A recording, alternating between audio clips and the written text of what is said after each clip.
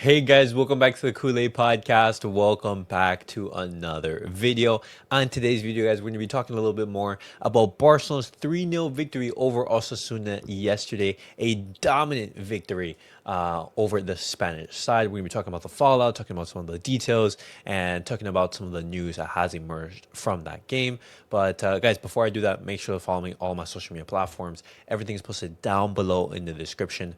Go over there and check me out. That way you guys can stay up to date with everything that I do on the channel. And as well, the link to become a member is also posted down below. But guys, let's get started with the video.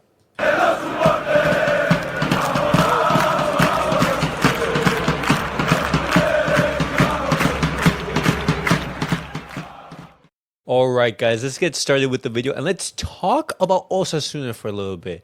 Because after the match, Barcelona, they were so dominant and they were so superior to Osasuna that they even filed a complaint. Sore losers in Osasuna. Now, Osasuna, they filed an appeal against Barcelona in regards to Iñigo Martínez's participation. Now, according to the FIFA rules, it states that if a player does not attend or withdraws from the national team due to injury, he cannot play with his club for 5 days after the last international match. And, since Spain, they played against Netherlands, before that 5 day period, they are reporting that Barcelona have violated that rule, apparently. But Barcelona, they are calm and everything. They are not worried in anything in regards to that, because Barcelona and the Spanish Federation, they have reached an agreement about Iñigo Martínez's fitness that basically exempts him from that rule. And Barcelona, they are completely calm.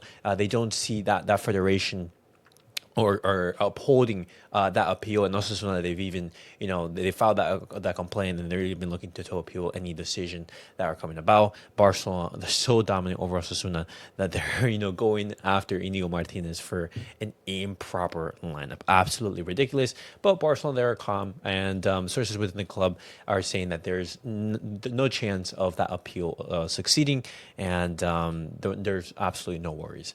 But moving on now, guys, I'm going to be talking about Dani Olmo, because Dani Olmo, he did get injured in Barcelona's match against Osasuna. He was substituted off for Fermin Lopez, who did have a good impact into the match. But, reports are saying that Dani Olmo, he has a right adductor injury, and he's expected to be out for roughly 3 weeks. And him being out for 3 weeks means that he's going to be missing roughly 6 games of action. When we look at Barcelona's schedule list, their fixtures, you can see that he would be missing the game against Girona, the second leg of the Copa del Rey against Atlético Madrid, La Liga game against Real Betis, and both legs of the Champions League against Borussia Dortmund, and even the game against Leganés.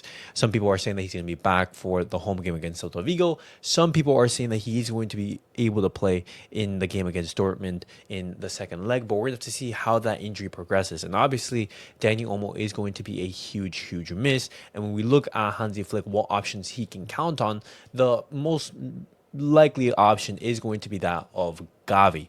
Now, Gavi, he had a really good performance yesterday. He was absolutely fantastic. I think he was basically showing glimpses and flashes of that Gavi that we do remember prior to that huge injury that he did suffer.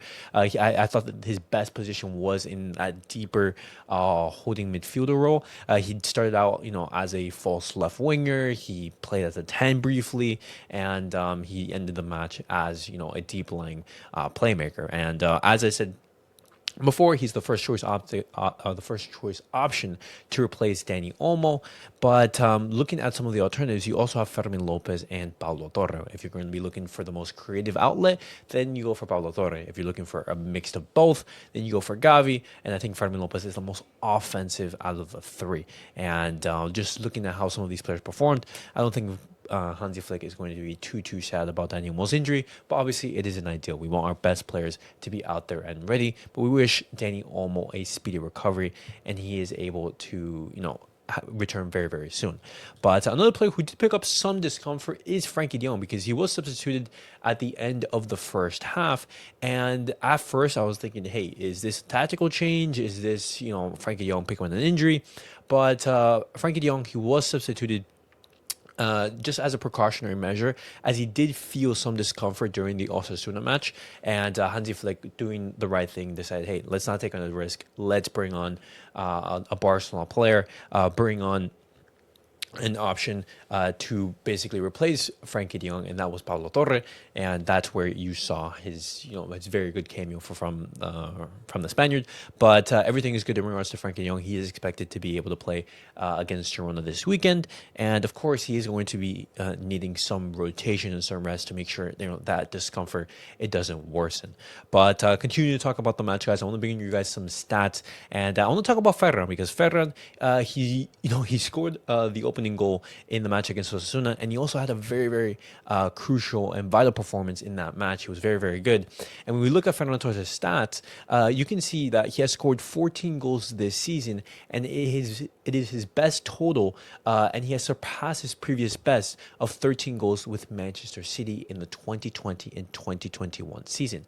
He's averaging roughly a goal contribution every 80 minutes or so, and that's absolutely fantastic for a player who is not, a out and out starter. He has minutes, then he's subbed off. He has, starts occasionally here and there, but he's generally a squad rotational player, and he's been absolutely fantastic. He is a player that every single manager would love to have in the squad.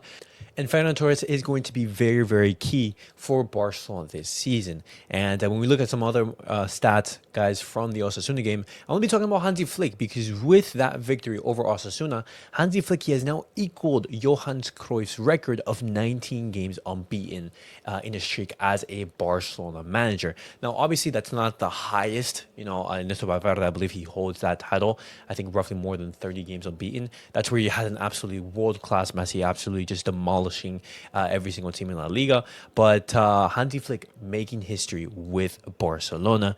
And when we look at that La Liga table, guys, Barcelona, historically, we have never lost a league title when we've had a lead of more than 2 points over the second place team with 10 games left in the season. Barcelona, history says that we have never lost from this position, and let's hope that continues. But guys, I want to hear your guys' thoughts in regards to Barcelona's performance against Osasuna yesterday. What do you guys make of that performance? Who were your standouts? And lastly, what do you guys make of Osasuna crying and complaining about Iñigo Martínez being, improperly fielded in the lineup? But absolutely ridiculous.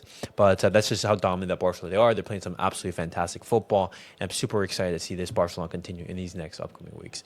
But as always, guys, make sure to like, subscribe, and comment. I'll see you guys all in the next video. Peace out, guys. Cuando